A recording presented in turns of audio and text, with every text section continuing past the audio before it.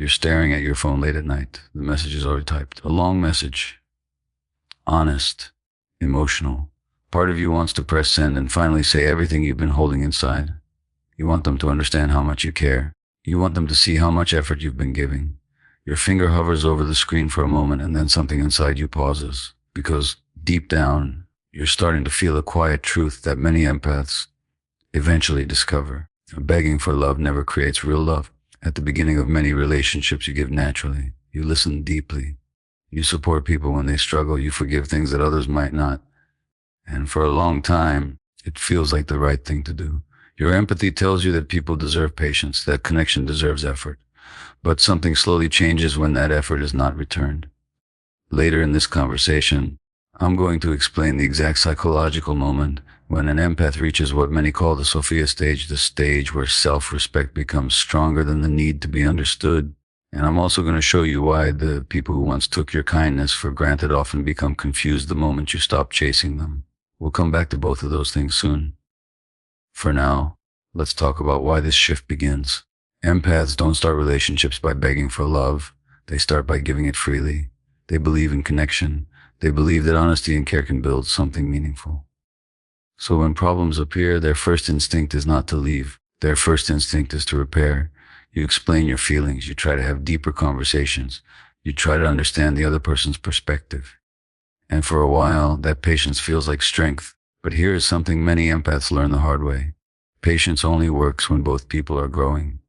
When only one person is doing the emotional work, patience slowly turns into exhaustion. You start noticing that you're always the one reaching out, always the one explaining things, always the one trying to bring the relationship back to balance. At first, you don't question it. You simply try harder. You send longer messages. You apologize even when you're not sure you did anything wrong.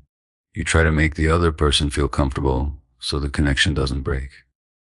But something subtle happens when you begin chasing someone's attention. The emotional dynamic changes. The person who chases slowly lowers their position in the relationship, not because they are less valuable, but because their behavior signals something very powerful. It signals that they are willing to accept less than they deserve just to keep the connection alive. And people respond to energy like this more than they respond to words. The more you chase, the more the other person unconsciously feels less urgency to move toward you. This is why many empaths eventually feel a deep frustration that they can't quite explain.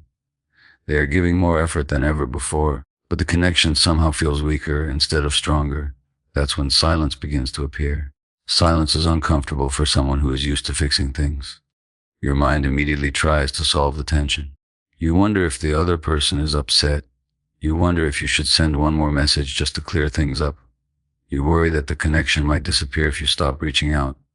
Those thoughts are normal. Your nervous system has been trained to protect relationships by reacting quickly. For a long time, communication felt like the responsible thing to do. But there is a deeper truth that many people never realize until later in life. Silence is not weakness. Silence is clarity. Let that line stay with you for a moment. Silence is not weakness. Silence is clarity. When you stop chasing, something important happens. The relationship can no longer survive on your effort alone. The emotional space becomes still, and in that stillness, people begin to reveal who they really are. Some individuals notice your absence and move closer. They ask questions. They become curious about the distance. They start putting in effort that was missing before. Others remain exactly where they were. And that difference tells you everything you need to know.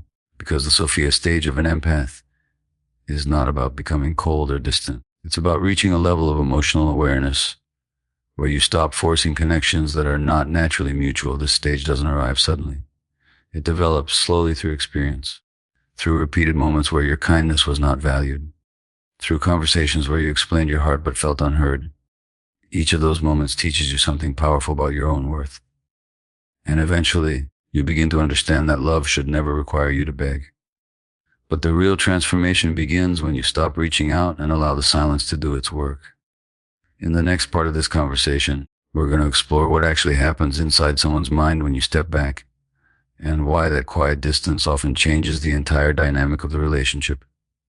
When you step back, the first thing that changes is not the other person. The first thing that changes is the space inside your own mind. For a long time, your thoughts were busy trying to solve the relationship. You were analyzing messages, replaying conversations, wondering what you could say differently to make things better. Your attention was locked on fixing something that required two people, but was being carried by only one. Stepping back interrupts that pattern. At first it feels uncomfortable. Your mind is used to action. Your emotions are used to reaching out, explaining, repairing. When you stop doing those things, your nervous system reacts as if something important is missing. The silence can feel heavy. Your thoughts may say, maybe I should just send a quick message. Maybe I should check in so things don't drift further apart. But this discomfort is not a sign that you are doing something wrong. It is simply the withdrawal from a habit that has existed for a long time. And this is where the deeper psychology begins to unfold. When you stop chasing, the emotional dynamic of the relationship changes. For a long time, the other person may have been used to your presence filling the gaps. If tension appeared, you were the one who repaired it. If distance showed up, you were the one who closed it. That pattern created predictability. They could remain where they were because you were always the one bringing the connection back. When that pattern suddenly stops, the human mind notices. Some people begin to feel curiosity. They notice the quiet. They wonder why you are no longer reaching out the way you used to. That curiosity can create reflection. Without your constant effort smoothing things over, they finally have room to look at their own behavior. Other people react differently. They simply continue living exactly as they were before. The silence does not motivate them to move closer at all. Both responses are valuable information. Because silence is not weakness, silence is clarity. It reveals whether someone values the connection enough to meet you halfway, or whether they were comfortable allowing you to carry the entire emotional weight. But the most difficult part of this stage is not observing the other person. The most difficult part is managing the urge inside yourself to break the silence. The urge can appear at random moments. You may wake up thinking about them. You may hear a song that reminds you of them. Your hand reaches for your phone almost automatically, and suddenly you are 1 second away from reopening the same cycle. When that happens, the first step is simple. Pause. Do not react immediately. Give yourself a small window of space before taking action. Even 30 seconds of breathing slowly can interrupt the emotional impulse. Then ask yourself one honest question. If I send this message right now, what am I truly hoping for? Most of the time, the answer is not communication. The answer is relief. You want the uncomfortable feeling to go away. You want reassurance that the connection still exists. But reassurance that comes from chasing never lasts long. The same pattern eventually returns. Silence is not weakness. Silence is clarity. Another helpful practice is writing the message you want to send, but not sending it. Open a note on your phone or a notebook and write everything you feel. Let the words come out completely. Say what you would have said in the text. Once the emotion is out, close the note and leave it there. You express the feeling without reopening the pattern. Over time, this simple act strengthens something very important inside you. Self-trust. You begin to realize that you can sit with discomfort without reacting immediately. You can feel the emotion without needing someone else to resolve it. And while this internal shift is happening, your focus must begin returning to your own life. When people spend too much energy chasing a relationship, the rest of their world slowly becomes smaller. Your attention circles around one person, one conversation, one unresolved question. Stepping back gives that energy back to you. Your mornings can start with something that builds your strength rather than your anxiety. Moving your body, walking outside, reading something that expands your mind, connecting with friends who bring calm instead of confusion. These small daily choices slowly rebuild your emotional stability. The more your life becomes full again, the less powerful the urge to chase becomes. And this is where the Sophia empath begins to emerge. Not someone who stops caring, but someone who understands their value deeply enough to stop forcing connections that require begging. Silence is not weakness. Silence is clarity. But something interesting often happens during this stage. Sometimes, after a period of quiet distance, the person who once seemed comfortable with your absence suddenly reaches out again. And when that moment comes, the way you respond will determine whether your growth was temporary or real. Sometimes the message finally arrives. After days or weeks of quiet distance, your phone lights up and their name appears again. Maybe it's a simple greeting. Maybe it's a message saying they've been thinking about you. Maybe they want to talk about what happened. This moment can feel powerful, but it can also feel emotional. Part of you remembers the connection, the memories, the hope you once had. Another part of you remembers the exhaustion of always being the one who tried harder. This is where your growth is tested. If someone comes back into your life, the most important thing you can do is slow down. Do not rush to recreate the closeness that once existed. Do not immediately return to the same emotional patterns. Real change takes time to reveal itself. People can say many beautiful things when they feel a moment of loneliness or nostalgia. Words can be sincere in the moment and still disappear when life becomes comfortable again. That is why the Sophia Empath does something very different now. You observe. You listen. You allow the relationship to unfold slowly instead of forcing it forward. Your boundaries become calm but clear. You no longer over-explain your feelings hoping someone will finally understand them. You no longer chase emotional reassurance. You simply watch whether the other person's behavior reflects genuine respect, because silence is not weakness. Silence is clarity. If they truly value your presence, they will respect your pace. They will understand that trust cannot be rebuilt overnight. They will show patience and consistency, not just intense attention for a few days. And if their return is only temporary curiosity or comfort, that will become clear as well. The same patterns will quietly start appearing again, but this time you will notice them much earlier. Now let's talk about the other possibility. Sometimes the message never comes. Sometimes the silence continues and the person you once cared deeply about simply fades out of your life. At first, that can feel painful. Your mind may search for answers. You may wonder if there was one more thing you could have said or done. You may question whether stepping back caused the distance. But here is the deeper truth. The silence did not create the distance, it revealed it. Silence is not weakness. Silence is clarity. When you stop chasing, the relationship could only continue if the other person also chose to move toward you.